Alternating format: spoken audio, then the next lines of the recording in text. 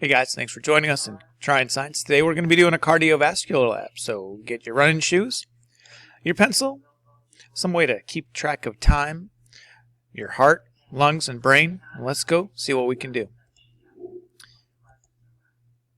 Try to complete this lab, not necessarily for a grade.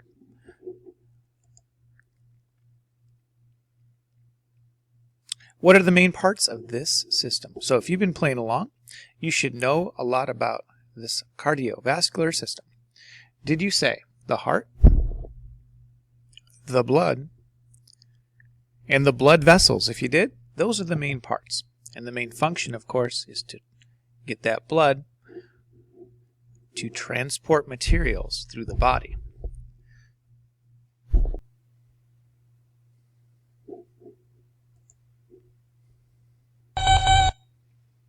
Of course I have a pulse.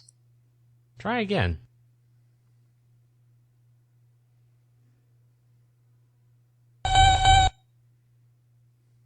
Dear Tim and Moby, how does blood move through your body? From Josh. Blood circulates through your body in a network of blood vessels. This network is miles and miles long.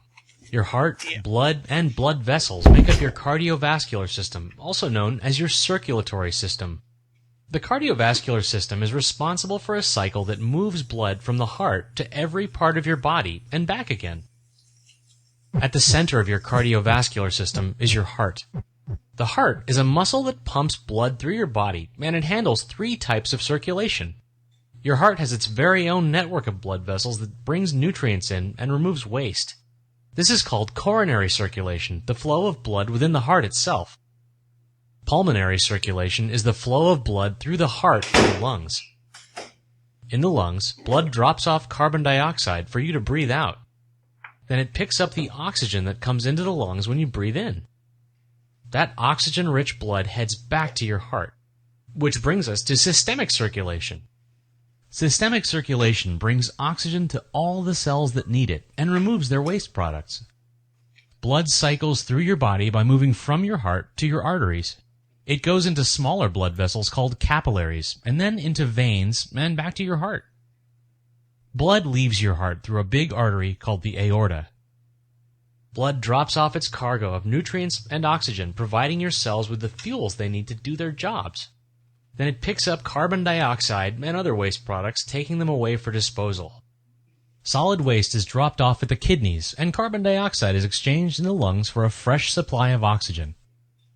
And then it's back around again, all day, all night, including weekends and holidays, for the rest of your life.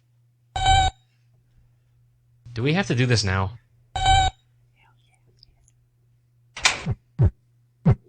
Huh? You're alive. You're alive! Dad! Dad, Moby's alive! He's not a robot after all!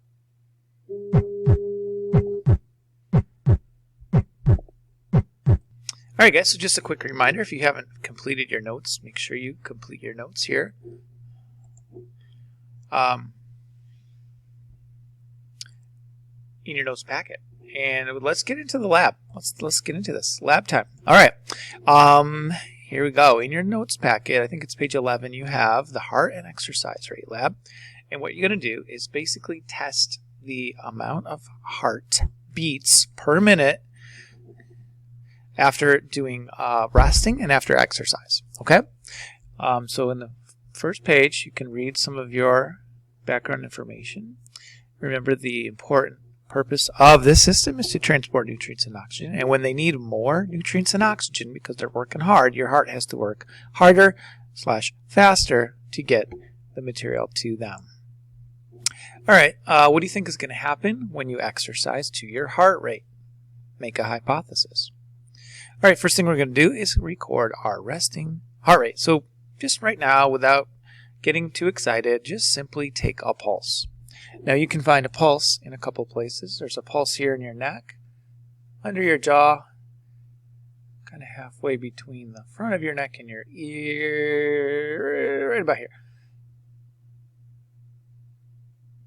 Push in towards your neck. If you don't feel it, maybe move it a little bit down or over You should feel a pulse. Now, every time your heart beats, it creates a pulse of blood that pushes through the artery going up to your brain here, and that's going to give you a pulse. You can count that. All right, if you count it for 15 seconds, multiply by 4, you'll get your resting heart rate. So as an example, I counted 15 beats or pulses in 15 seconds. To find out what that is in 1 minute, just multiply by 4. 4 times 15 is 60. So I had 1 beat per second or 60 beats per minute. Okay, now for the fun stuff. We need to get your maximum heart rate. There's only one way to do that. You're going to have to go out and run. And when I say run, I mean sprint.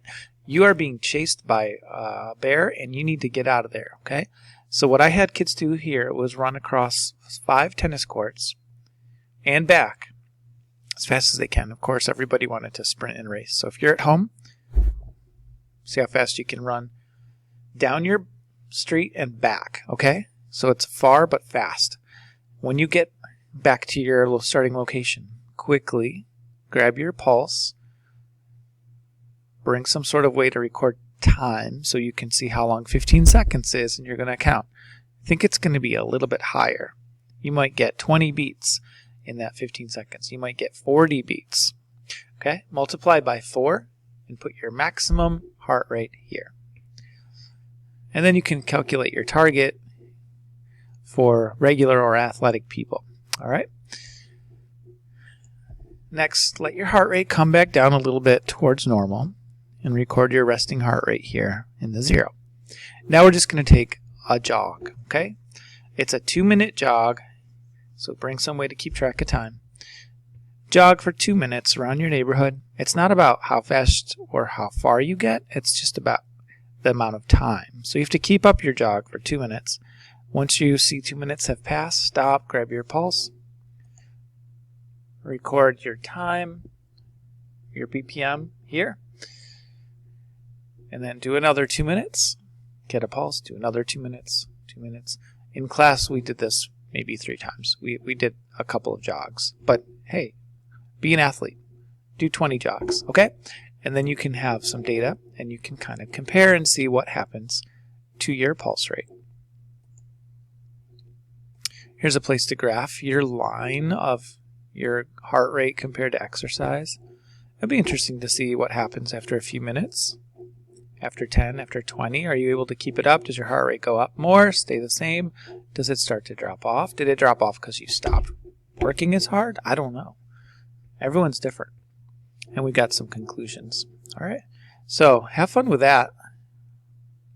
And thanks for trying science. If you have any questions, hit me up on Schoology with your question or email. And make sure you check Schoology, speaking of. Make sure all your work is done. You've got some projects, quizzes, homeworks, memes, projects. Make sure all that stuff is in, okay? All right, guys, thanks for trying science. We'll see you on the next one. Bye for now.